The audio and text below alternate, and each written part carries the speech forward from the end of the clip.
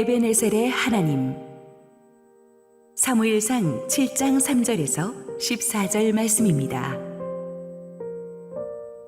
사무엘이 이스라엘 온 족속에게 말하여 이르되, 만일 너희가 전심으로 여호와께 돌아오려거든 이방신들과 아스타롯을 너희 중에서 제거하고 너희 마음을 여호와께로 향하여 그만을 섬기라. 그리하면 너희를 블레셋 사람의 손에서 건져내시리라. 이에 이스라엘 자손이 바알들과 아스타롯을 제거하고 여호와만 섬기니라. 사무엘이 이르되, 온 이스라엘은 미스바로 모이라. 내가 너희를 위하여 여호와께 기도하리라 하매, 그들이 미스바에 모여 물을 길어 여호와 앞에 붓고 그날 종일 금식하고 거기에서 이르되, 우리가 여호와께 범죄하였나이다 하니라. 사무엘이 미스바에서 이스라엘 자손을 다스리니라. 이스라엘 자손이 미스바에 모였다 함을 블레셋 사람들이 듣고 그들의 방백들이 이스라엘을 치러 올라온지라. 이스라엘 자손들이 듣고 블레셋 사람들을 두려워하여 이스라엘 자손이 사무엘에게 이르되, 당신은 우리를 위하여 우리 하나님 여호와께 쉬지 말고 부르짖어 우리를 블레셋 사람들의 손에서 구원하시게 하소서 하니, 사무엘이 젖 먹는 어린 양 하나를 가져다가 온전한 번제를 여호와께 드리고 이스라엘을 위하여 여호와께 부르짖음에 여호와께서 응답하셨더라. 사무엘이 번제를 드릴 때에 블레셋 사람이 이스라엘과 싸우려고 가까이 오매, 그날에 여호와께서 블레셋 사람에게 큰 우레를 발하여 그들을 어지럽게 하시니 그들이 이스라엘 앞에 패한지라. 이스라엘 사람들이 미스바에서 나가서 블레셋 사람들을 추격하여 벳갈 아래에 이르기까지 쳤더라. 사무엘이 돌을 취하여 미스바와 센 사이에 세워 이르되, 여호와께서 여기까지 우리를 도우셨다 하고 그 이름을 에벤에셀이라 하니라.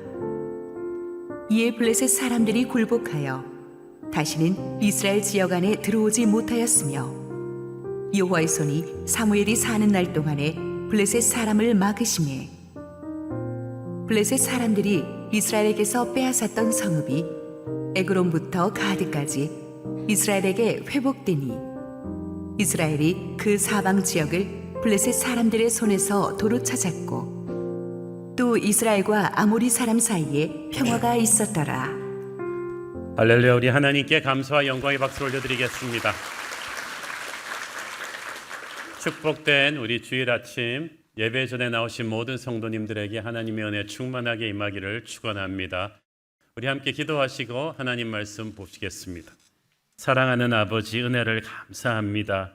주님께서 주시는 은혜의 말씀이 오늘 우리에게 임할 때 우리의 부족한 영성이 잠에서 깨어 일어나는 역사가 있게 하여 주옵소서.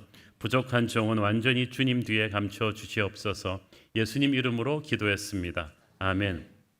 지난주에 우리는 이스라엘 땅으로 드디어 돌아온 언약궤가 그렇지만 벳세메스를 거쳐서 국경마을 기랏 여아림으로 가서 20년 동안 머물러 있게 되는 스토리를 보았습니다. 아직 이스라엘의 심장으로 이 언약궤가 들어오지 못한 것은 하나님 보시기에 아직 하나님의 백성인 이스라엘도 이 언약궤를 받을 영적인 준비가 안 돼 있었기 때문입니다. 하지만 이 20년의 기간 동안에 이스라엘 온 족속이 여호와를 사모했다고 성경은 말했습니다. Their hearts turned back to God. 그들의 마음이 서서히 하나님께로 돌아오기 시작했다는 뜻입니다. 언약궤가 그 땅으로 다시 돌아왔다는 사실 하나만으로도, 언약궤는 말씀을 상징하고 하나님의 임재를 상징하거든요. 하나님의 말씀이 우리 삶 안으로 들어오는 그 순간부터 우리의 삶은 뭔가 달라지기 시작합니다. 영혼이 흔들리기 시작합니다. 영적으로 뜨거워지기 시작합니다. 이 소문이 번져나가면서 이스라엘 사람들이 하나씩 둘씩 회개하고 정신 차리기 시작합니다. 이 기간 동안에도 블레셋의 침략과 압제는 계속되었기 때문에 그들은 계속해서 더 갈급하게 하나님께 부르짖을 수밖에 없었습니다. 고난의 시간은 우리가 넘어설 수 없는 블레셋 같은 장벽은 우리로 하여금 간절하게 기도하게 만들고 그 와중에 들어온 언약궤의 존재는 하나님의 말씀의 터치는 우리의 영적인 목마름을 더 불러일으키게 돼 있죠. 이 20년의 기간은 바로 오늘 우리가 다루게 될 이스라엘의 역사를 바꿀 사무엘에 의해서 시작되는 미tz바 영적 대각성 집회의 정지 작업이었습니다. 우리는 이 사무엘이 어렸을 때부터 어머니 한나의 기도로 태어났고 3살 때 성소에서 자라면서 어머니의 기도를 계속 받으면서 영적으로 준비되었다는 것을 보았습니다. 그래서 사무엘은 이제 장차 다윗을 기름 붓게 되는 마지막 사사로 이스라엘의 왕정 시대를 역사의 새벽을 가져오게 되는 인물이죠. 엘리와 엘리 제사장 아들들은 다 타락했지만 하나님의 소망의 시작은 아무도 생각하지 못했던 평범한 집안의 아들 기도하는 사무엘을 통해서 준비되고 있었습니다. 사무엘이 점점 성장하면서 사람들은 하나님의 기름 부으심이 그에게 있다는 것을 알게 되었습니다. 사무엘상 3장 19절 21절 읽습니다. 사무엘이 자라매 여호와께서 그와 함께 계셔서 그의 말이 하나도 땅에 떨어지지 않게 하시니 단에서부터 브엘세바까지의 온 이스라엘이 사무엘은 여호와의 선지자로 세우심을 입은 줄을 알았더라. 여호와께서 실로에서 다시 나타나시되 여호와께서 실로에서 여호와의 말씀으로 사무엘에게 자기를 나타내시니라. 사무엘이 그렇게 서서히 자라면서 사무엘은 명문가 자식도 아니고 유명한 대학 나온 것도 아니지만 점점 그에게 하나님의 기름 부으심이 있다는 것을 모두가 알게 되었어요. 그래서 3살 때부터 이제 30대 초반의 청년이 되기까지 하나님께서는 그를 준비하셨어요. 될송 싶은 나무는 떡잎부터 다르다고 우리로 치면 유아부 때부터 쫙 준비된 사람이니까 모든 사람이 하나님의 기름 부으심이 그에게 임한 것을 알았어요. 언젠가는 하나님께서 그를 통해서 이스라엘의 역사를 바꾸실 것이 모두가 기대하고 있었어요. 제가 어저께 새벽기도 끝나고 우리 청년부 진장들하고 주니어 청년 1부, 2부 진장들하고 아침 토크를 했는데 제가 너무 은혜 받았어요. 우리 진장들이 청년들이 너무 의젓하고 너무 교회 사랑하고 교회의 미래를 위해서 걱정하는 마음이 큰데 보니까 전부 다 우리 뉴젠 출신이에요. 어렸을 때부터 준비돼 가지고 10년씩 준비돼서 올라간 아이들이니까 벌써부터 아우라가 달라요.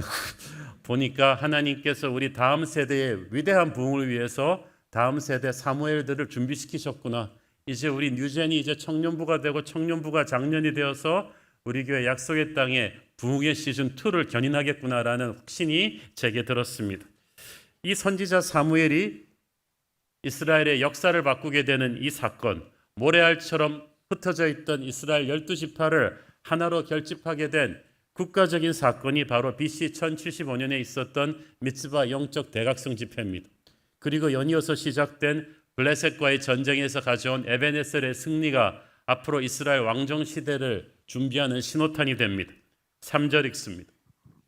사무엘이 이스라엘 온 족속에게 말하여 이르되 만일 너희가 전심으로 여호와께 돌아오려거든 이방 신들과 아스다롯을 너희 중에서 제거하고 너희 마음을 여호와께로 향하여 그만을 섬기라. 그리하면 너희를 블레셋 사람의 손에서 건져내시리라.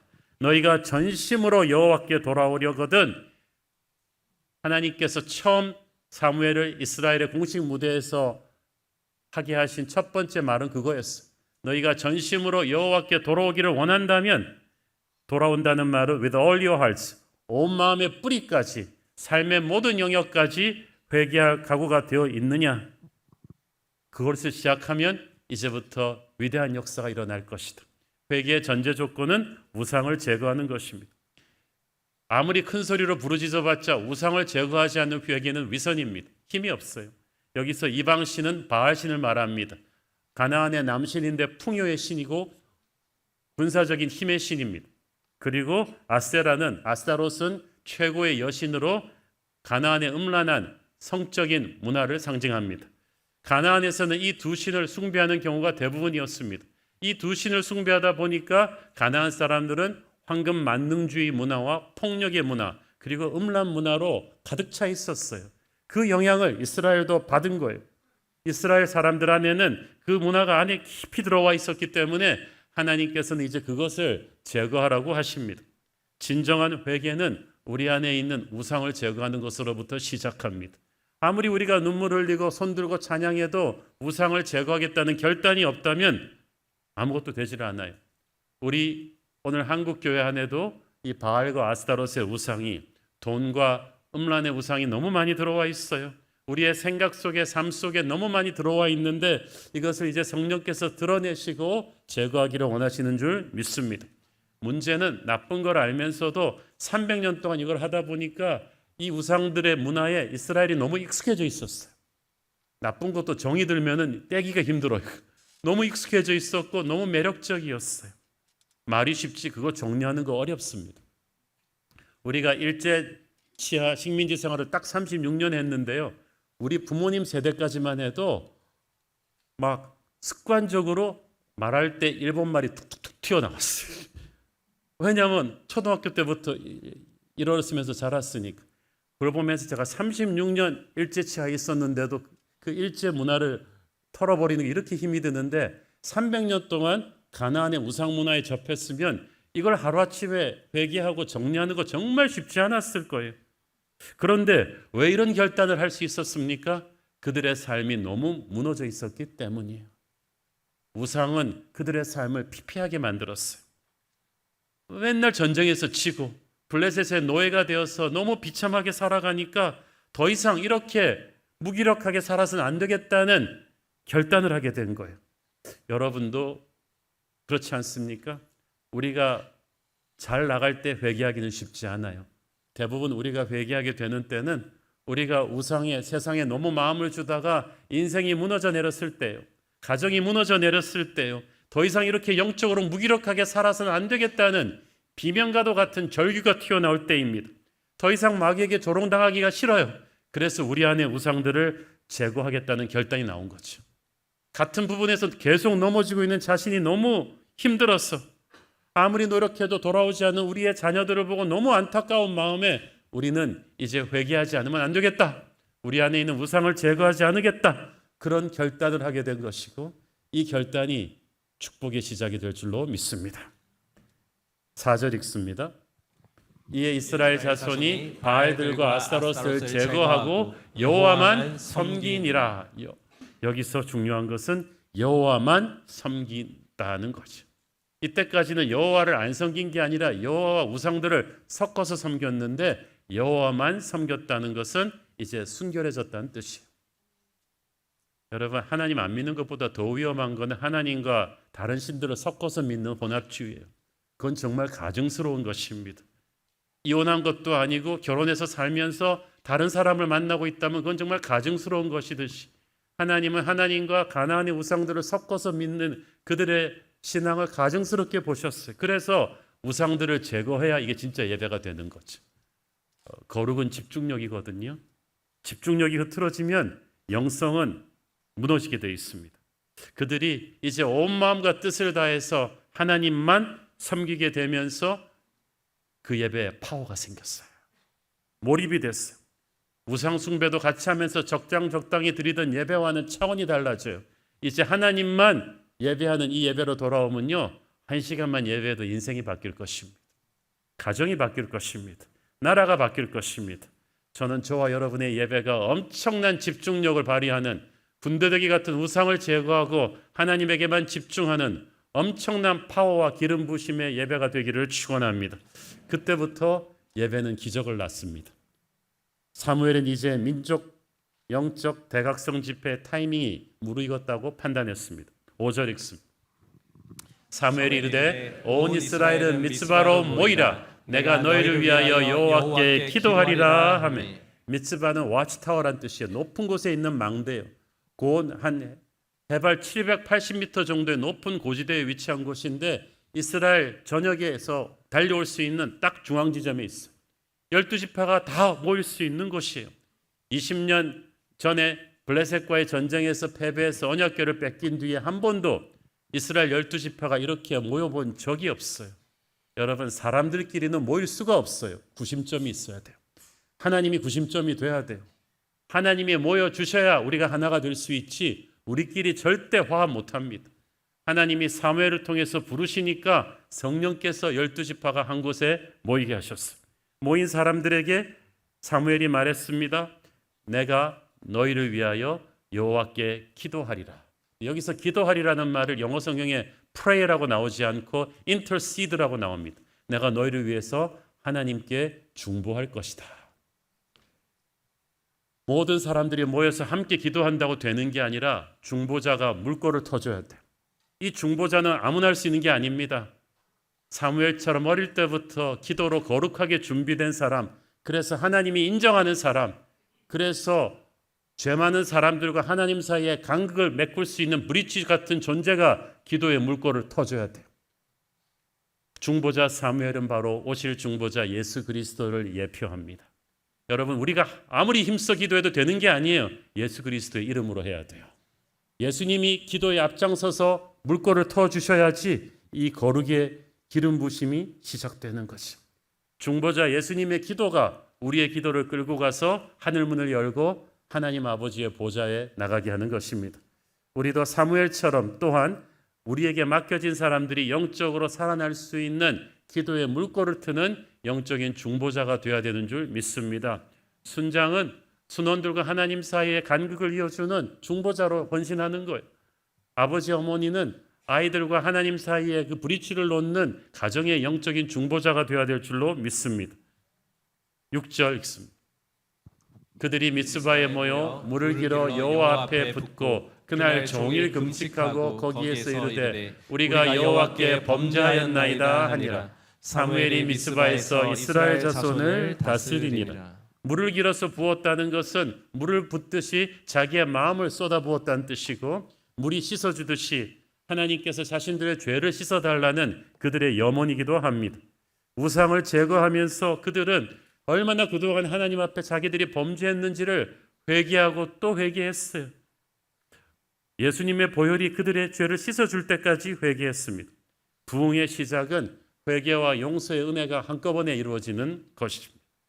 하나님의 은혜를 갈망하며 우는 그들의 눈물을 보시면서 하나님의 마음이 열리셨어요. 그리고 그들은 종일 금식했어요. 기도가 하늘의 하나님을 갈망하는 행위라면 금식은 땅의 것을 내려놓는 행위입니다. 먹고 마실 수 있는 권리를 포기할 때 우리는 세상을 의지하던 힘을 내려놓는 거죠. 힘을 빼야 돼요. 금식해서 힘을 빼면 내가 아무것도 아니라는 걸 확인하게 되고, 그러면 하나님을 뜨거운 열정으로 붙잡게 됩니다. 영적인 거인들은 모세도 다윗도 느헤미야도 예수님도 모든 영적인 터닝 포인트를 기도와 금식으로 뚫고 나가셨어요. 우리가 정말 중요한 역사의 순간에 성도들이 함께 모여 금식하는 것이 너무나 중요합니다. 19세기의 세계적인 전도자 D.L. 무디는 정말 초등학교밖에 못 나온 학력이지만 어디를 가든지 부흥 집회 때 큰 역사가 임했습니다. 그리고 무디는 부흥 집회 도중에 영적인 막힘이 너무나 심하다, 특별한 필요를 느낀다 하면 바로 무디 신학대학원에 연락을 해가지고 교수와 학생들이 함께 하루 종일 금식하며 기도합니다. 그러면 진짜 부흥 집회 현장에서 엄청난 역사가 터지곤 했어요. 우리는 때로는 음식뿐 아니라 TV나 스마트폰, 유튜브 와칭도 금식할 수 있죠. 사람들과의 잡담을 끊을 수도 있습니다. 즐기는 취미생활을 좀 홀드해 놓을 수도 있습니다. 중요한 것은 땅의 것을 내려놓으면서 우리의 영적인 굶주림을 더 깊게 만드는 것입니다. 사무엘이 리딩을 하니까 이스라엘의 지도자들부터 시작해서 미츠바에서 다 같이 힘을 모읍니다. 뜨겁게 회개하고 기도하기 시작합니다. 여기서 중요한 게 합심기도의 힘이에요. 기도는 아무것도 아닌 것 같지만 모이면 엄청난 힘이 됩니다. 사도행전 1장 2절에도 보면은 1장 2장에도 보면 오순절 성령 강림 때 이 120 성도가 한 곳에 모여서 한 마음으로 열흘을 불같이 기도의 힘을 모았을 때 하늘의 문이 열리고 성령이 그들에게 부어졌잖아요. 같이 기도하면서 그들은 서로를 향한 원망을 태워버렸고 질투를 태워버렸고 온갖 걱정과 잡념과 이기적인 야망들을 다 성령이 불러 태우는 역사를 경험했습니다. 그렇게 교회가 함께 합심 기도를 해가다 보면은 성령께서 말로 설명할 수 없는 하나됨을 주십니다. 하나 되면 우리가 구호를 외친다고 되는 게 아니라 함께 기도할 때 생기는, 자연스럽게 생기는 하늘의 번딩입니다. 아무리 회의해도 안 되던 일들이, 똑똑한 사람들이 아무리 대화해도 안 되던 일들이 함께 기도할 때 거짓말처럼 풀리는 역사를 우리는 수도 없이 많이 체험했습니다. 여러분도 경험해 보셨겠지만 집에서 혼자 아무리 열심히 금식하고 기도하려고 해도 잘 안 돼요. 그렇지만 여기 와서 함께 기도할 때는 얼마나 불같이 뜨겁습니까? 그걸 알기 때문에 마귀가 자꾸 우리를 못 모이게 하는 거죠. 그래서 코로나 때든 못된 습관, 집에서 온라인으로 할 수 있다. 정말 몸이 불편하신 분들 외에는 그러시면 안 돼요. 현장에 나와서 함께 합심해서 기도해야 돼요. 하나님께서 주신 아주 신비한 번딩이 있거든요. 우리는 합심해서 기도할 때 오래 기도할 수 있고 더 뜨겁게 기도할 수 있고 기도가 딸릴 때 옆에 사람이 끌어주는 기도의 힘을 느낄 수가 있습니다. 이걸 통해서 하나님은 이스라엘의 놀라운 역사를 준비하셨어요. 사무엘이 미스바에서부터 이스라엘 자손을 다스렸다고 했어요. 지금 딱 30대 초반이 된 청년인데 사무엘이 그때부터 리더십을 행사하기 시작하는데 왕이 세워지기 전까지 사무엘의 말이 곧 법이었어요. 아무도 토를 달지 않았어요. 왜? 기도의 영권이었거든요. 그리고 사무엘의 기도하는 그 땅이 바로 이스라엘의 헤드쿼터가 되었어요. 미츠바가 그때부터 이스라엘 전역으로 하나님의 명령을 하달했어요. 사무엘의 영적인 권위는 기도의 힘에서 비롯된 것입니다. 하루아침에 생긴 기도의 힘이 아니라 어릴 때부터 다져온 기도의 힘이 있죠. 우리 아이들 영유아 때부터 유치원 아이들 때부터 기도를 가르친 아이들이 이제 우리 청년부가 되고 이제 교육자들도 많이 나올 텐데 그들이 영적 지도자가 되면 정말 대단할 것입니다. 나이도 학벌도 신분도 다 극복해 버릴 수 있는 기도의 권위가 생길 거예요. 영적 지도자의 권위는 기도하는 무릎에서 나오는 줄 믿습니다. 오늘날 부모의 권위가 흔들리고 있어요. 어떻게 해야 돼요? 부모가 기도해야 돼요. 교회 지도자들의 권위가 흔들리고 있다면 우리 목사님들과 장로님들이 같이 기도해야죠. 기도의 사람 사무엘이 그때부터 이스라엘을 다스리는 미츠바의 중심에 서게 됩니다. 이 미츠바 영적 대각성 부흥 집회가 너무나 큰 은혜가 있었는데 그 은혜가 얼마나 파워 있는 것인지를 입증하는 사건이 연이어서 터집니다. 7절 8절 읽습니다. 이스라엘 자손이 미츠바에 모였다 함을 블레셋 사람들이 듣고 그들의 방백들이 이스라엘을 치러 올라온지라. 이스라엘 자손들이 듣고 블레셋 사람들을 두려워하여 이스라엘 자손이 사무엘에게 이르되 당신은 우리를 위하여 우리 하나님 여호와께 쉬지 말고 부르짖어 우리를 블레셋 사람들의 손에서 구원하시게 하소서 하니. 이 블레셋 사람들은 항상 이스라엘을 딱 예의주시하고 있었는데 이스라엘이 바알과 아스타롯 우상을 제거하기 시작했다는 거예요. 바알과 아스타롯 우상을 전파한 게 블레셋인데 이것은 블레셋의 영향력 밑에서 벗어나겠다는 거거든요. 이것들 봐라 이러고 있는데 또 미스바로 한꺼번에 많이 모였다는 거예요. 블레셋을 향한 군사 행동을 개시하는 것인가? 그렇게 생각하고 블레셋이 대군을 일으켜서 이스라엘을 먼저 치려고 달려온 거지. 우리가 회개하고 우상을 제거하고 하나님 앞에 돌아오면 하나님은 기뻐하시지만 마귀는 분노합니다. 그리고 그때부터 전쟁입니다. 우리가 영적으로 빌빌할 때는 마귀가 별로 우리를 경계하지 않습니다. 우상 숭배와 하나님 섬기는 걸 같이 하는 이스라엘은 블레셋이 그냥 가만뒀어요. 그런데 영적으로 무기력하면 별 위협이 되지 않으니까 마귀가 건드리지도 않는데 성도들이 영적으로 각성하고 하나님 앞에 돌아와서 하나가 되어서 부르짖기 시작한다. 우상을 태워버린다. 마귀가 완전히 비상이 걸립니다. 회개와 기도로 강해진 그리스도의 군대가 교회가 일어나게 되면 얼마나 무서운지 마귀의 나라가 뿌리째 흔들릴 수도 있다는 것을 알기 때문이죠. 그래서 부흥의 시간은 바로 영적인 전쟁의 시간이 됩니다. 이것은 교회가 뭘 잘못해서 당하는 영적인 공격이 아니라 정말 잘해서 당하는 영적 공격이니까 걱정할 필요 없어요. 워낙 세계적인 선수가 되면 상대 선수가 수비수를 많이 붙이게 돼 있어요. 이걸 각오하고 이제 담대하게 나가면 되죠.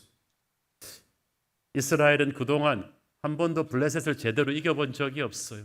수십 년 동안 블레셋에게 짓밟히면서 딱 한 번 블레셋에게 카운터 펀치를 먹여본 것은 삼손이 죽으면서 신전 무너뜨렸을 때뿐이고 정기전에서 한 번도 정규전에서 이겨본 적이 없는 군대였어요. 그런데 그 블레셋이 대군을 몰고 이리로 몰려오고 있다. 미츠바에 있던 이스라엘 지도자들은 너무나 놀랐습니다. 이러다가는 꼼짝없이 몰살당할 수 있었어요. 왜냐하면 지금 이스라엘은 전쟁 준비를 하고 이곳에 모인 게 아니잖아요. 전부 다 비무장이었어요. 기도하러 모였는데 적은 완전히 중무장하고 이쪽으로 몰려오고 있다. 이러다가는 몰살당할 수도 있는 거죠. 게다가 공교롭게도 이스라엘 12지파 지도자들이 다 모였는데 우리가 다 죽으면 앞으로 이스라엘은 어떻게 될 것인가? 그래서 그들이 어떻게 했습니까? 사무엘에게 기도를 부탁했습니다. 참 희한하죠. 우리가 기도하자가 아니라 사무엘에게 기도를 부탁했는데 이게 잘한 거예요. 쉬지 말고 기도해 주세요. 이제 그들은 기도의 파워를 알게 된 거예요. 성도는 이제 영적으로 깨어나게 되면은 위기가 몰려왔을 때 원망하고 불평하고 패닉하지 않습니다. 기도로 돌파하면 된다는 것을 알았어요.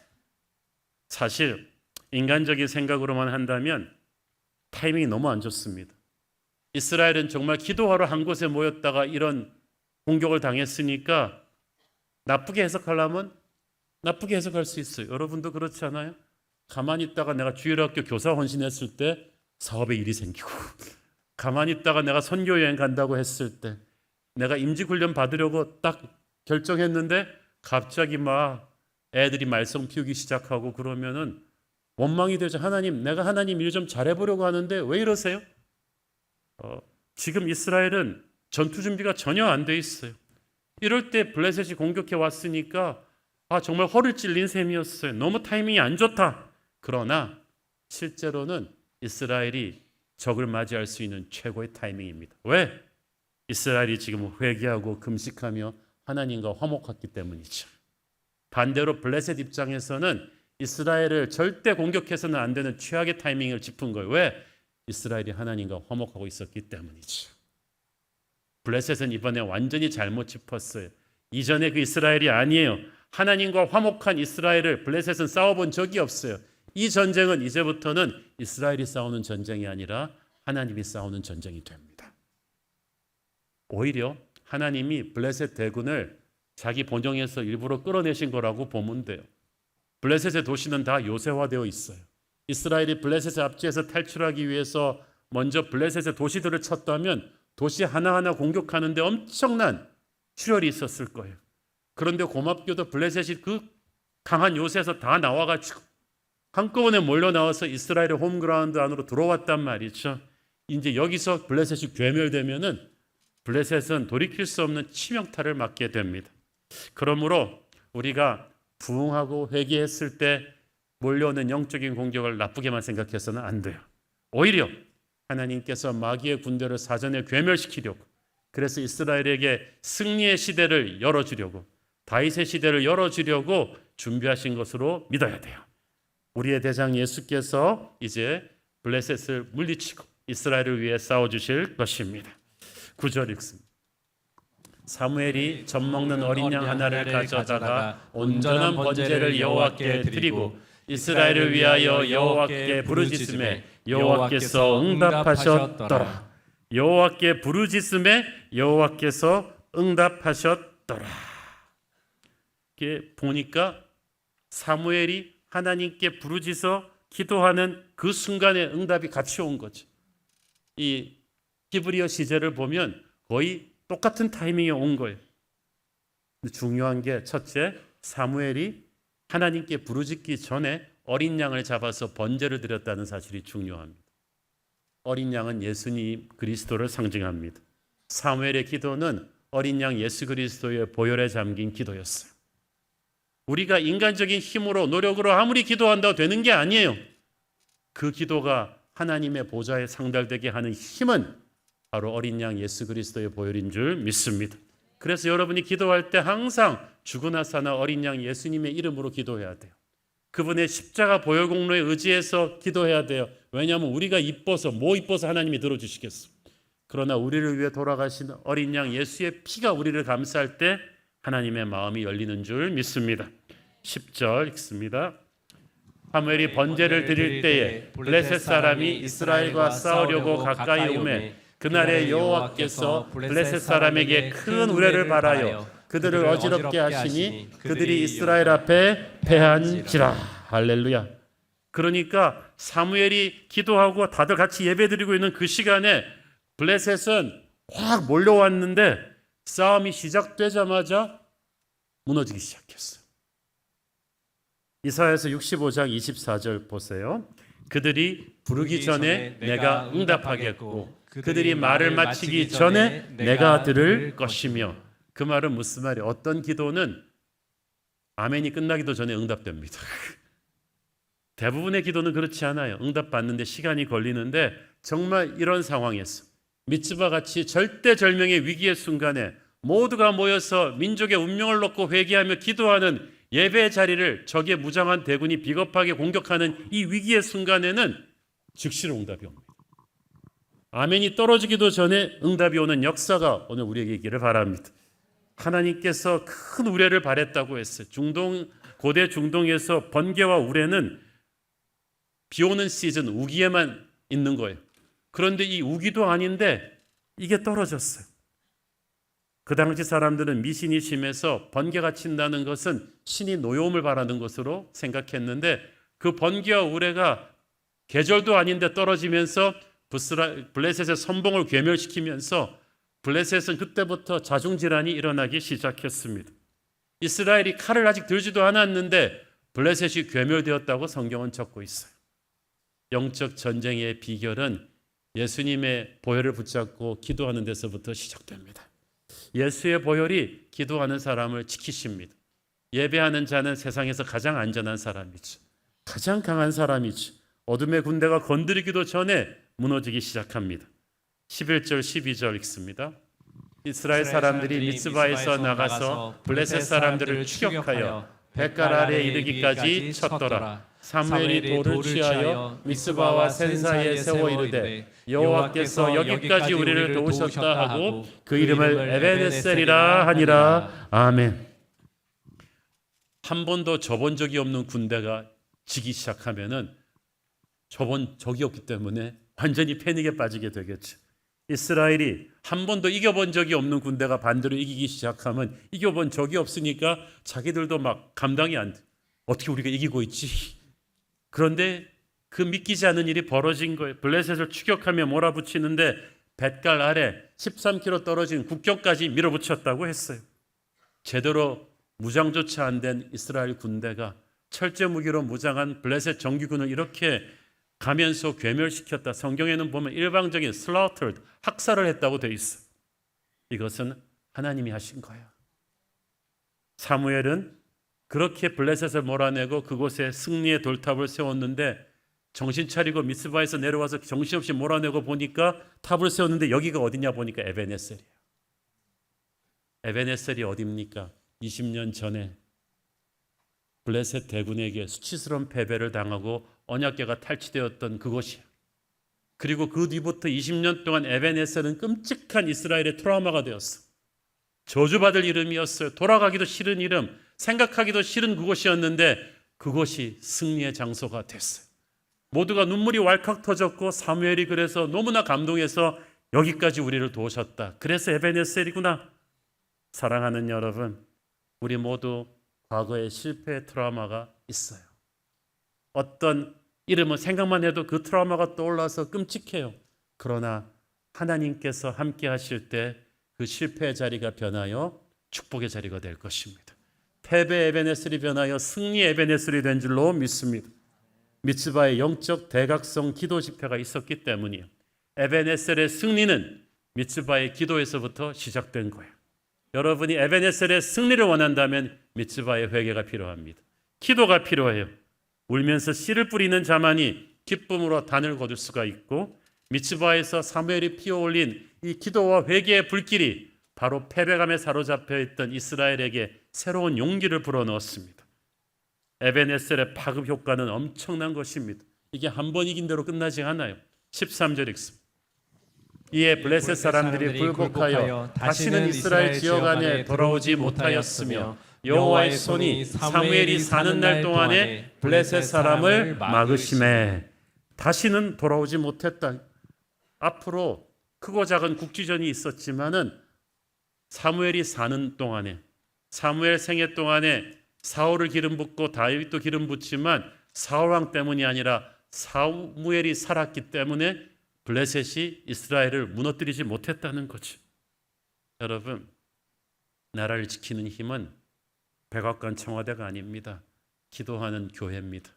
기도하는 영적인 지도자가 있는 한 어둠의 군대는 그 시대 하나님의 백성들을 무너뜨릴 수가 없는 거예요. 이게 미친 존재감이라 그러는 건데 성경에서는 그래서 모세가 살아있는 동안에, 여호수아가 살아있는 동안에, 사무엘이 살아있는 동안에를 많이 강조합니다. 거룩한 지도자가 여러분 시대에 오래 살아있는 것 중요합니다. 여러분과 함께 숨쉬고 있는 것 중요해요. 그의 기도의 보호막 안에 같이 있다는 것은 너무나 중요합니다. 그 기도하는 지도자를 통해 하나님이 우리 시대의 승리와 부흥의 영광을 주시기 때문이죠. 여러분이 여러분의 가정과 교회와 이 나라를 지키는 기도의 사무엘이 될 수가 있습니다. 블레셋에게 승리한 이스라엘은 정말 정치적으로도 평안을 유지하게 되었어요. 14절 읽습니다. 블레셋 사람들이 이스라엘에게서 빼앗았던 성읍이 에그론부터 가드까지 이스라엘에게 회복되니 이스라엘이 그 사방 지역을 블레셋 사람들의 손에서 도로 찾았고 또 이스라엘과 아모리 사람 사이에 평화가 있었더라. 에그론에서 가드는 블레셋의 가장 강한 성읍들이고 군사의 중심지, 경제의 중심지인데 그 영역 근처까지 있던 모든 빼앗겼던 성들을 다시 회복했다. 이게 부흥의 사이드 축복이에요. 여러분이 잃어버렸던 것들을, 하나님을 대충 믿으면서 우상 숭배하면서 잃어버렸던 모든 영역을 하나님이 되찾게 해주시는 축복이 있을 것입니다. 여러분의 가정이 무너져 있었다면 하나님이 그걸 다시 되찾게 해주실 거예요. 여러분의 경제가, 재정 상황이 무너져 있었다면 그 또한 하나님이 회복시켜 주실 수 있습니다. 중요한 것은 우리가 하나님께 회개하고 돌아가는 거죠. 부흥과 회복은 교회에 압도적인 영적인 권세를 입혀줍니다. 블레셋이 다시 이스라엘을 넘보지 못했듯이 영적으로 회복된 교회는, 가정은 악한 마귀가 함부로 건드리지를 못해요. 중요한 것은 아모리 족속과도 평화를 유지했다는 거예요. 뜬금없이 이 얘기는 왜 나오냐 하면 아모리 족속이 가나안의 7 족속 중에서 제일 사납고 강성한 족속이에요. 블레셋 다음으로 진드기처럼 무서운 족속인데 이 족속은 뭐 돈으로 매스릴 수 있는 것도 아니고 이렇게 대화로 풀 수 있는 족속이 아니야.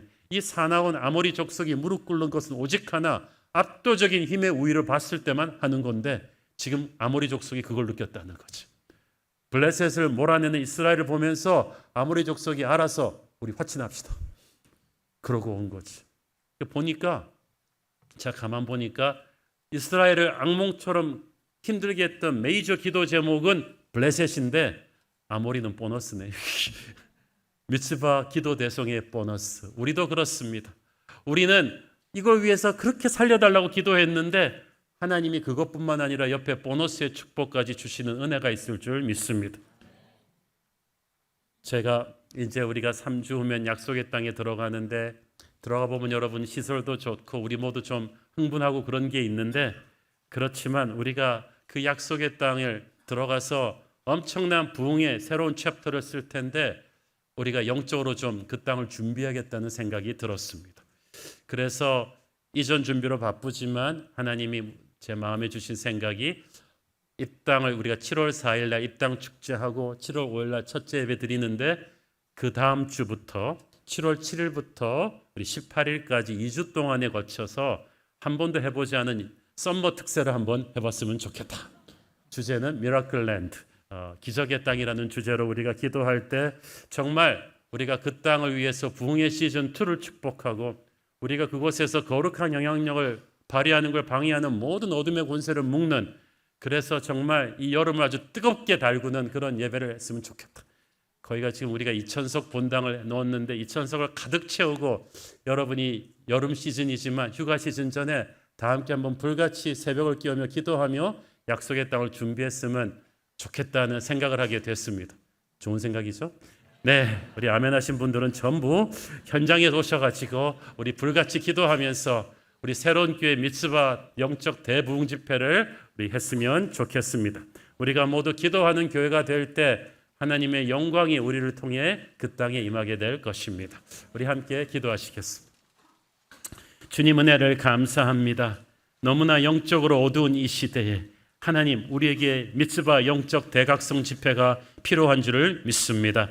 우리 교회가 이제 약속의 땅, 좋은 땅으로 들어가면서 흥분만 할 것이 아니라 그 땅에서 벌어질 영적인 전투를 우리가 준비해야 될 줄로 믿습니다. 하나님, 그 땅이 미라클 랜드가 되기 위해서 우리가 처음 입당하는 그 순간부터 2주를 매일 새벽을 온 교인이 기도하는 매일 아침을 우리의 미tz바 영적 대각성 집회를 만들기를 원합니다. 하나님 역사하여 주시고 약속의 땅에서 우리가 새로운 거대한 부흥의 역사를 쓰게 하여 주옵소서. 예수님 이름으로 기도했습니다. 아멘.